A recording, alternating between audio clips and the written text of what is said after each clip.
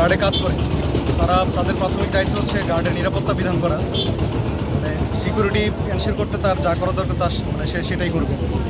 তো এর বাইরে যে কোনো কিছুই আসলে তার করার কথা না। এবং আজকে যেটা করছে আর কি, এটা আমাদের মানে আসলে সামাজিক মূল্যবোধ বলি বা তার যে ব্যাংকের যে দায়িত্ব পালন বলি, সেটা দুটোটার সাথে সাংঘর্ষ। তো সেই কাজটা ঠিক করে নাই, এটা অবশ্যই একটা অপরাধমূলক কাজ করছে।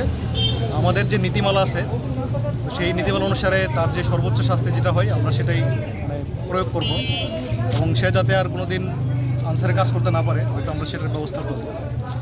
তো এই আর কি। আচ্ছা, প্রাথমিকভাবে কি আপনারা কোনো তদন্ত কিছু পেয়েছেন কিনা এই বিষয়টা নিয়ে? আমরা কোনো পেয়েছি কিনা জি কিছু জি জি জি, এবার সে দোষী কিনা?